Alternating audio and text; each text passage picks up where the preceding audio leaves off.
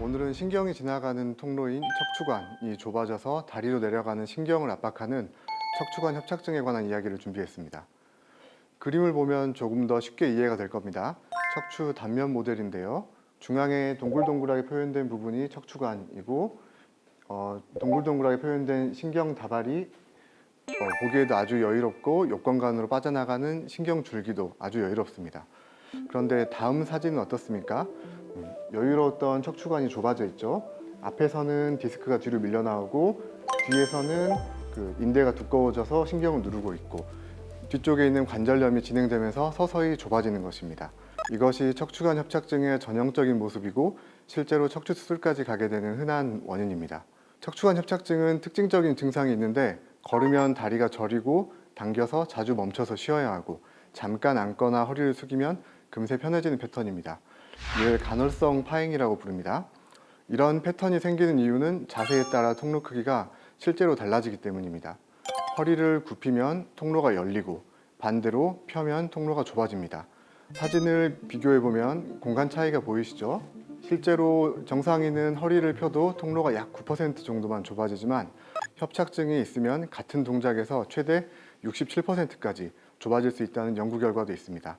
그리고 누워있을 때보다 서있을 때 디스크와 관절들이 압박을 받으면서 통로가 더 좁아지기 때문에 자세 하나로 통증이 있다가도 없어지는 것이 이 병의 특징입니다. 선생님, 그러면 척추관 협착증이랑 허리 디스크랑은 증상이 다른가요?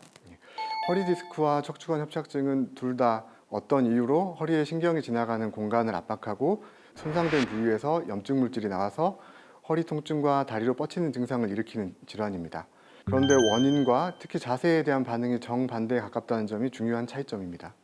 허리 디스크는 비교적 젊은 연령에서도 물컹한 디스크가 신경 쪽으로 밀려 나오면서 압박을 합니다. 무거운 물건을 들거나 갑자기 삐끗한 뒤 나타나는 경우가 많습니다. 그래서 앉거나 허리를 숙이면 디스크의 압력이 더 실려서 오히려 악화되고 서 있거나 허리를 뒤로 펴면 편해지는 경향이 있습니다. 통증도 한쪽 다리에 국한되는 경우가 많고 기침이나 재채기처럼 배에 힘이 들어갈 때 심해지는 경우가 흔하며 증상이 심하면 젊은 나이에도 다리 저림 때문에 일상생활이 힘들어지기도 합니다.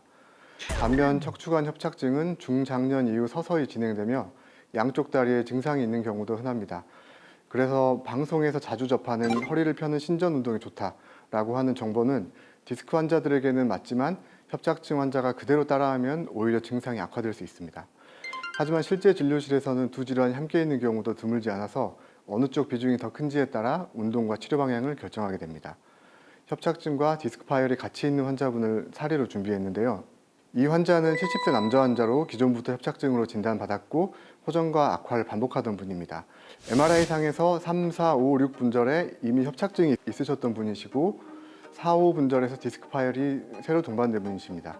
빨갛게 표시된 부분은 기존에 있었던 협착증의 병변을 나타내는 부분이고 노란색으로 표시한 부분은 이번에 새로 발생한 디스크 파열을 보여주고 있습니다. 내원 당시에 통증으로 밤에 잠을 잘 수가 없었고 하지의 근력이 약화되고 걷는 거리가 10분 이하로 줄어들고 있었습니다. 급격한 허리 통증과 근력 약화를 치료하기 위해 신경차단술을 시행했는데요. 신경차단술은 좁아진 통로 주변에서 눌리고 염증이 생긴 신경 부위에 약물을 정확히 주입해 치료하는 방법입니다. 통증이 가장 심한 시기, 병이 악화되는 시기에 악화 요인들을 제거하고 염증과 통증을 줄여서 치료하는 방법입니다. 이 환자는 3주간의 치료 후 잠잘 수 없을 정도의 통증은 없어지고 걷는 거리를 다시 회복할 수 있었습니다. 선생님, 저분 같은 경우에는 지금 3, 4, 5, 6번에 이제 협착증이 있으신 거잖아요. 그리고 뒤에 디스크도 이제 오신 거고. 그러면은 신경 차단술을 저분은 어디에다가 한 거예요? 이 환자분 같은 경우는 이제 모든 부위에 하면은 증상이 다 같이 좋아질 수 있는 분이시긴 합니다. 실제로 이제 다른 부위에서도 이상이 있었기 때문에. 하지만 지금 병원에 내원하게 만든 급성 악화 요인은 4, 5분절의 디스크 파열로 인한 신경 압박이기 때문에 4, 5분절에 대한 디스크에 대해서 신경차단술을 시행하였습니다. 그러면 선생님, 척추관 협착증은 이제 노화로 인해서 생기는 질환이니까 막 급하게 응급으로 병원을 가야 되는 건 아닐까요? 예. 척추관 협착증은 대부분 뇌졸중처럼 분단위를 다투는 응급질환은 아니지만 아주 드물게 이제 반드시 지켜야 할 예외적인 상황이 있습니다. 바로 마미증후군인데요. 마미라고 하는 건 우리 척추신경 끝부분이 여러 다발로 나뉘어서 아래로 내려가는 이 모양이 마치 말꼬리를 닮았다고 해서 마미라고 부릅니다. 이 부분이 심한 협착이나 디스크 때문에 신경 다발들이 한꺼번에 눌리면 신경이 손상을 받게 되는데, 양쪽 다리에 힘이 빠지거나 소변이나 대변 조절이 어려워지거나 앉았을 때 닿는 안장 부위의 감각이 둔해진다면 신경 손상이 빠르게 진행되고 있다는 신호입니다. 이런 경우 빠른 시간 안에 수술을 받아야 신경 기능이 회복이 되고, 시간이 지체된다면 영구적인 대소변 장애나 성기능 장애, 다리의 근력 약화 등의 후유증이 남을 수 있기 때문에 빠른 수술적인 치료가 필요합니다. 다음과 같은 경우에는 비수술적인 치료만으로 한계가 있기 때문에 수술을 고려하게 됩니다.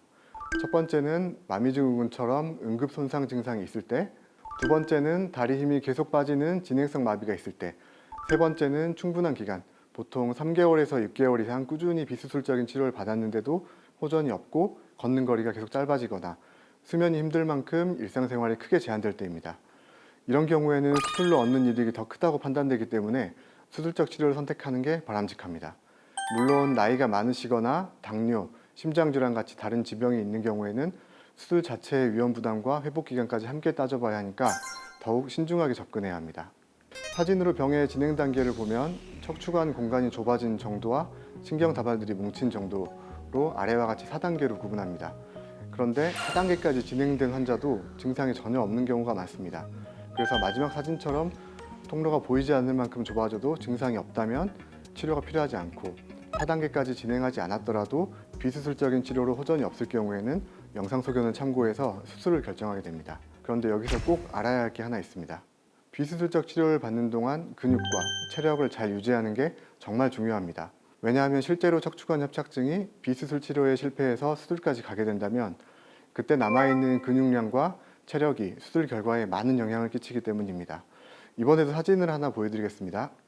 이 사진을 보시면 근육의 변성을 볼 수 있는데, 까맣게 수분과 근섬유로 차있던 근육들이 유병기간이 길어지면서 지방으로 변성되어서 퇴화된 걸 볼 수 있습니다. 그러니까 비수술적 치료 기간을 그냥 흘려보내지 않고 운동으로 근육을 지키면서 적극적으로 관리하시는 게 나중에 혹시 수술을 하시게 되더라도 치료 결과를 좋게 만드는 길입니다.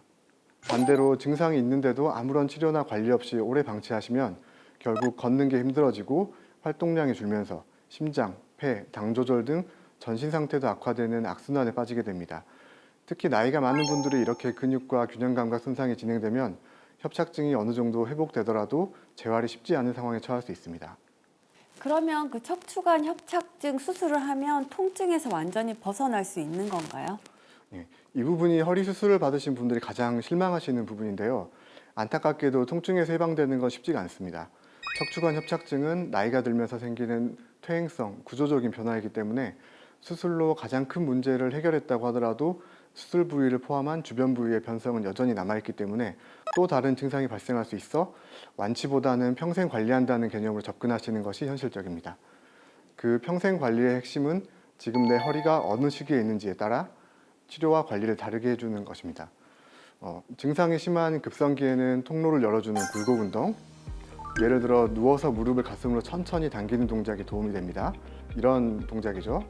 또 증상이 어느 정도 가라앉은 안정기에는 코어 안정화 운동과 실내 자전거로 허리를 안정시키고 체력을 키워서 재발을 막는 치료를 하는 것이 좋습니다.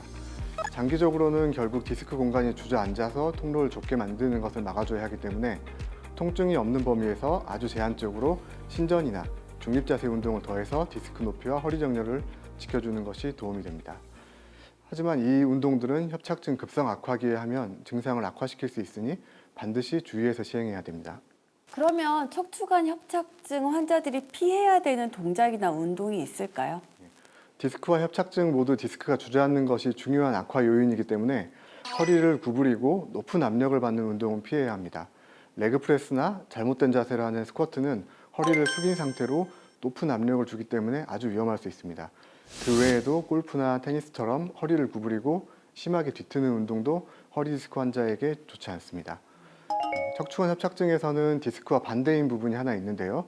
허리를 신전, 즉 뒤로 젖히는 자세로 동작을 하는 운동, 맥킨지 신전 운동이나 백 익스텐션 자세 등은 협착증 환자에게 통로를 좁게 만들어서 증상을 악화시킬 수 있기 때문에 피하시는 것이 좋습니다. 마무리하겠습니다. 협착증은 평생 관리하는 병입니다.